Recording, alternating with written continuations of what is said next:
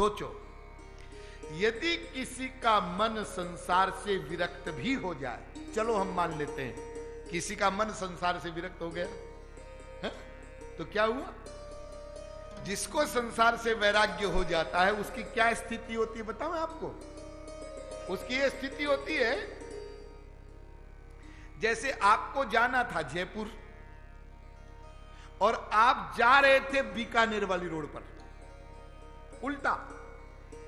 तो हम सुख ढूंढ रहे हैं, आनंद चाहते हैं, हां, लेकिन माया में जा रहे हैं, उल्टी दिशा में। अब जब हमको ज्ञान हो गया, वैराग्य हो गया, भाई संसार से सुख नहीं मिलेगा, तो हम खड़े हो गए। यानी हम बीकानेर की तरफ भाग रहे थे, जाना है जयपुर। तो जब किसी ने बता दिया कि अरे इधर जयपुर नहीं है, तुम उल्टे जा रहे हो, तो हम खड़े हो गए। ऐसे ही हम प्रत्येक क्रिया से, प्रत्येक वस्तु से, व्यक्ति से सुख चाहते हैं, आनंद चाहते हैं, जी हां। लेकिन जब हमको ये समझ में आ गया किसी के बताने पर या स्वयं कि अरे संसार से तो सुख नहीं मिलेगा,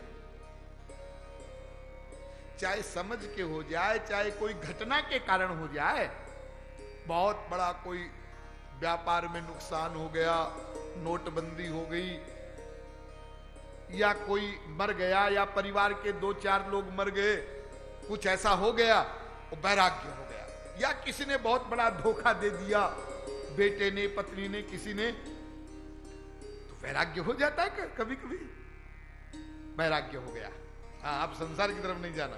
तो क्या इससे बात बन जाएगी? इससे काम बन जाएगा? नहीं, केवल वैराग्य से काम नहीं चलेगा। तुम बीकानेर की तरफ भाग रहे थे, तुम्हें जयपुर जाना है, तुम खड़े हो गए, तो खड़े होने मात्र से जयपुर नहीं पहुंचोगे। तो जयपुर की तरफ कौन सी रोड जाती है, यह पता करो।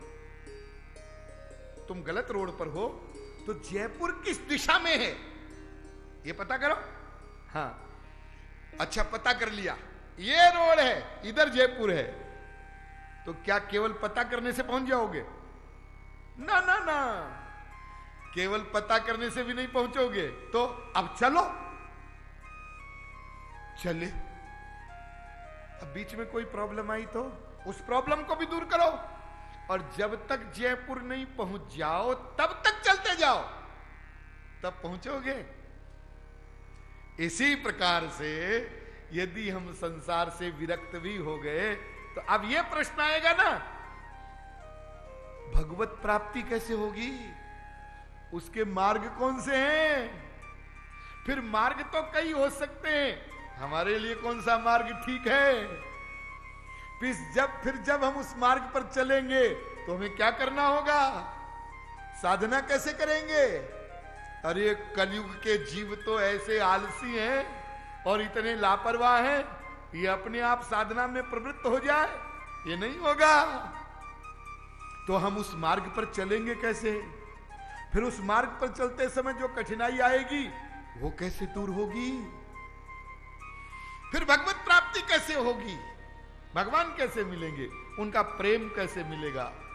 ये इतने सारे प्रश्न हैं, और इन प्रश्नों के समाधान के लिए गुरु की आवश्यकता पड़ेगी।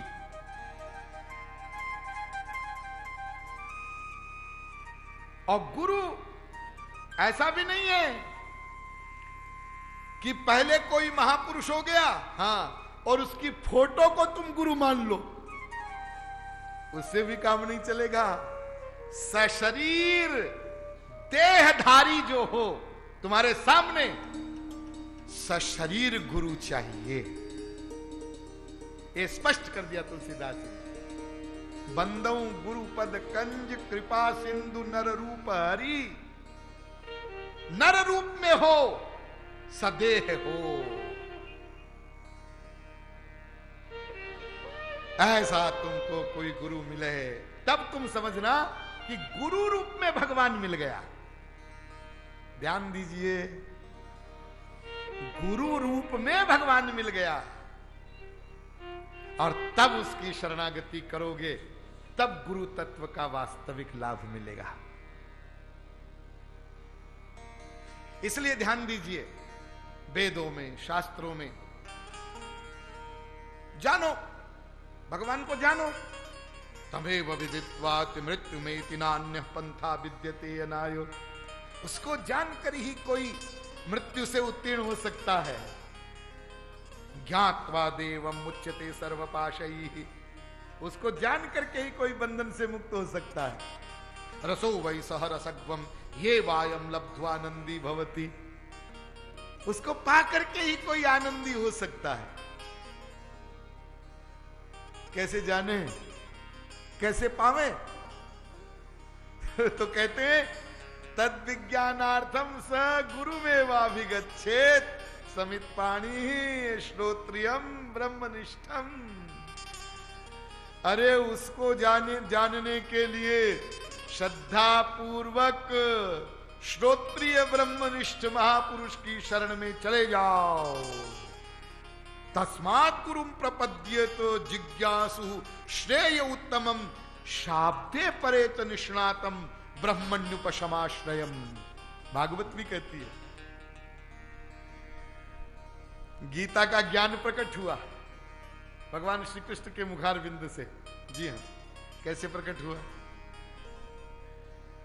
भगवान श्री कृष्ण बोले, हाँ बोले, लेकिन तब तक नहीं बोले जब तक भगवान श्री कृष्ण को अर्जुन ने गुरु रूप में वरण नहीं कर लिया। और उस समय भगवान का अवतार था, सशरीर भगवान सामने विद्यमान थे। अर्जुन ने कहा शिष्यस्ते हम शाधि माम त्वाम प्रपन्नम। महाराज मैं आपका शिष्य हूं, आप मेरे गुरुदेव हैं। अब बताइए क्या करूं? कार्पण्य दोषोपहत स्वभाव धर्म सम्मूढ़ चेता यत्श्रे। मेरा श्रेय क्या है? मैं तो धर्म सम्मूढ़ हूं, आप गुरु हैं, मैं शिष्य हूं, आप मेरा कल्याण करिए। तब गीता निकली। और फिर इसलिए आगे भी कहा तद्विद्धि प्रणिपातेन परिप्रश्नेन सेवया उपदेक्षन्ति ते ज्ञानम ज्ञानिनः तत्वदर्शिनः। अर्जुन, किसी सौभाग्यशाली जीव को कोई वास्तविक संत मिल जाए गुरु रूप में, वो उसको मान ले ये महापुरुष है। केवल मिल जाए और तुम उसको पहचानो ही ना और मानो ही ना, तब बात नहीं बनेगी।